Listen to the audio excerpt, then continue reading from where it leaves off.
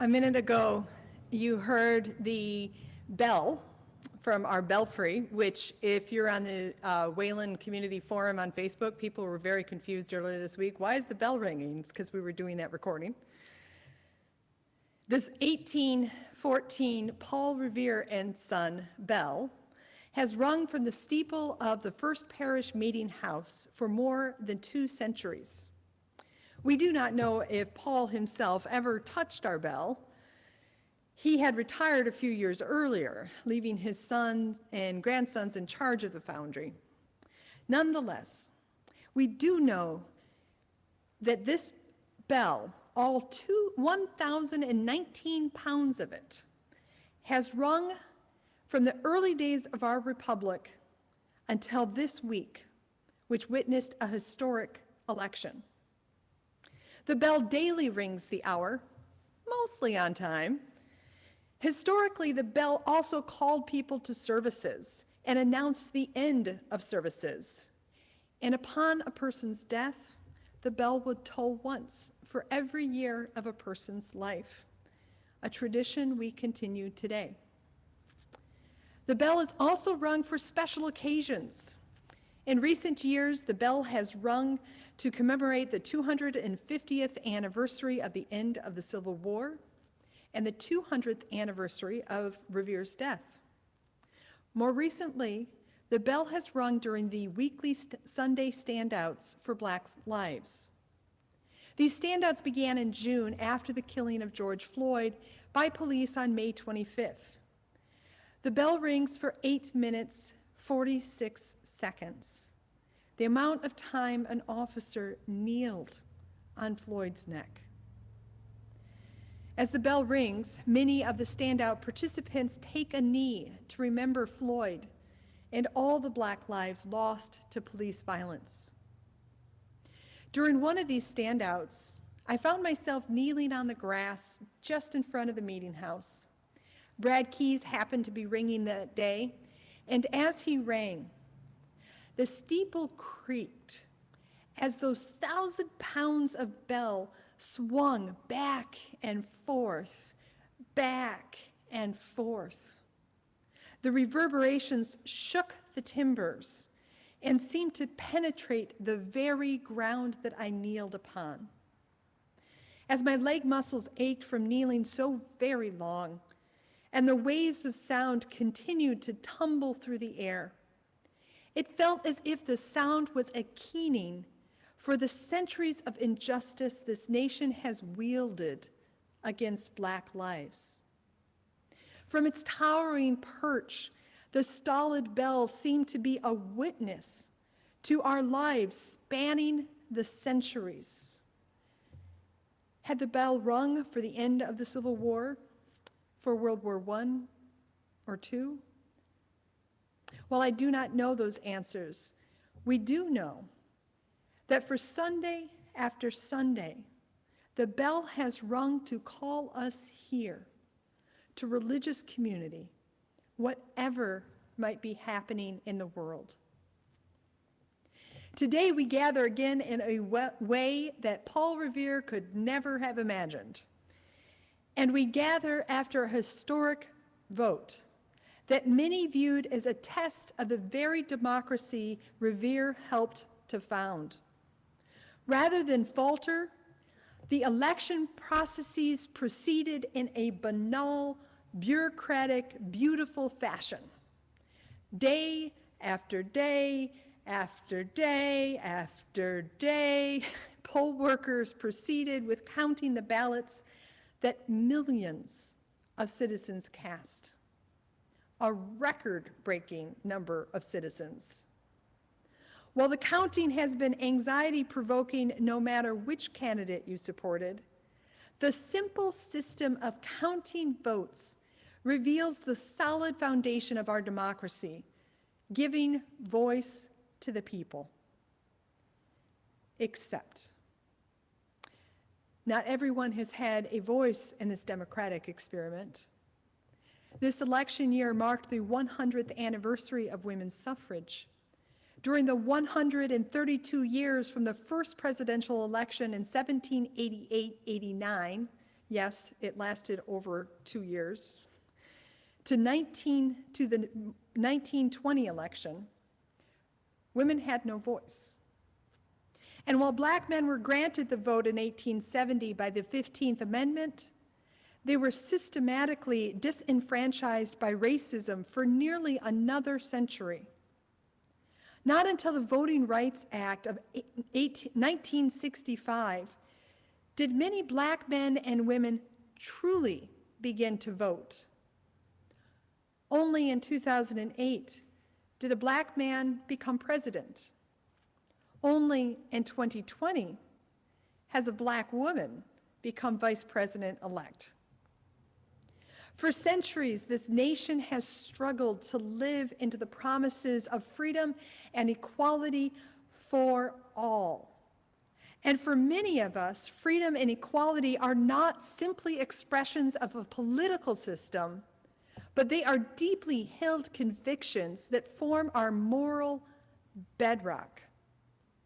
As Unitarian Universalists, we promote democracy and our fifth principle because it is so intimately linked to the affirmation of the inherent worth and dignity of every person, including immigrants, Muslims, women, transgender folks, black lives, and so many more.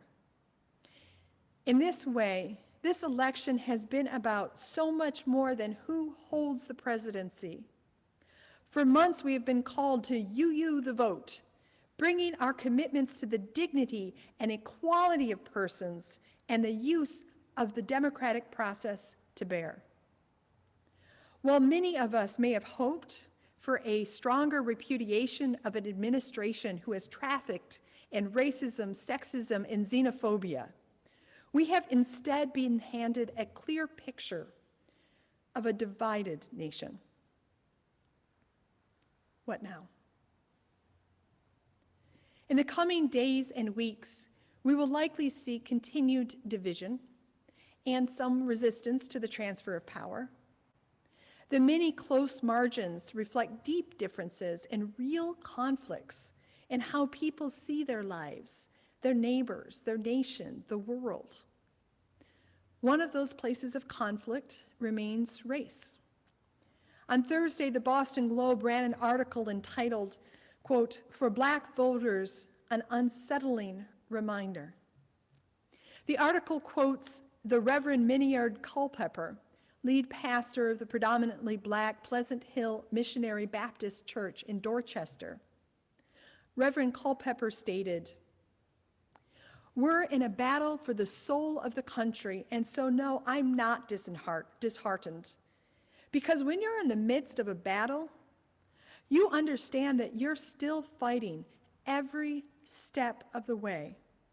And I'm not one to think that just because of an election, that that's going to change hearts."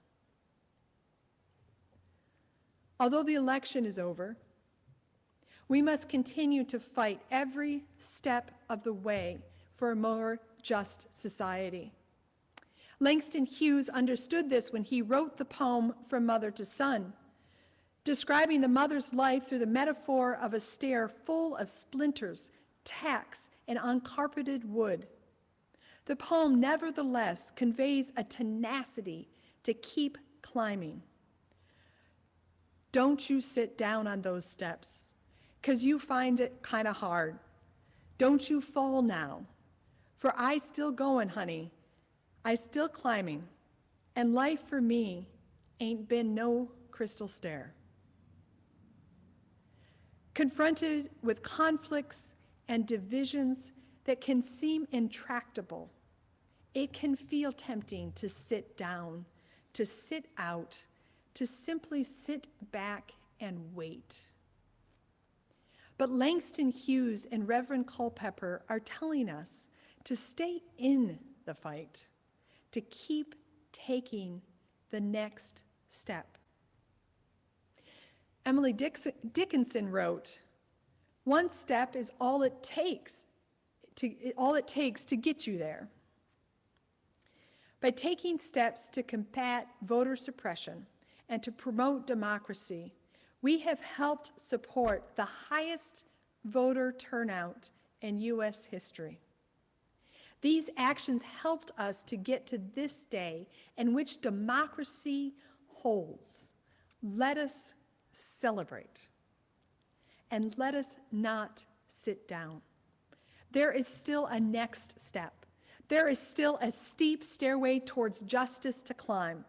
There is still a fight for who we will be as a society, for how we will treat our neighbor, for how we will relate to those who are different than us.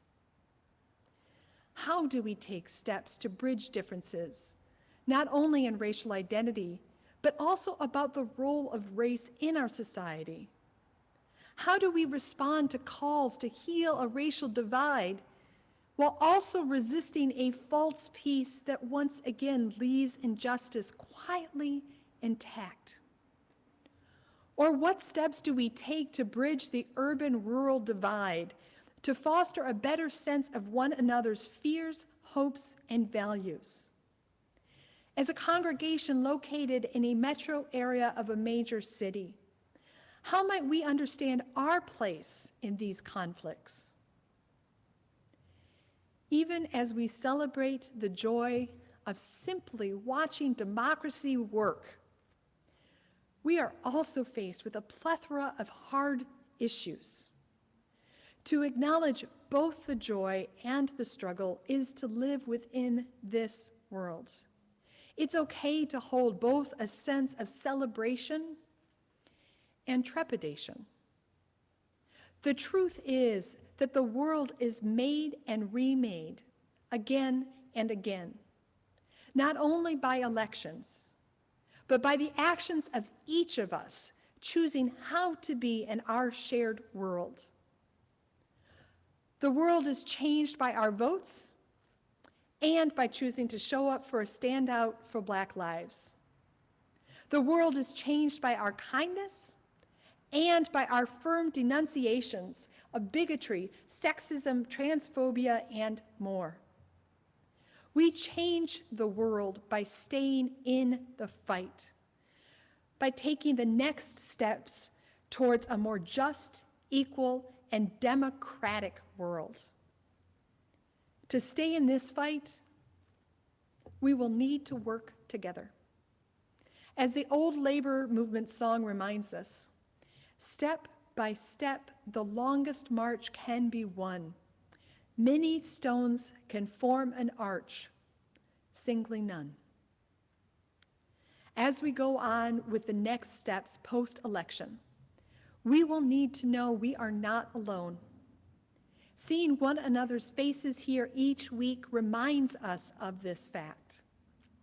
Kneeling amidst a small crowd each week at the Stand Out for Black Lives can also remind us of this. And when we hear the bell ring with all of its two-century wonder, we can hear in its reverberations the voices of those who have come before us, joining in our fight today for the generations that will come after us all. So may the bell continue to ring day after day, year after year. And may we find courage and perseverance to take the next steps into a more just future. So may it be. Amen.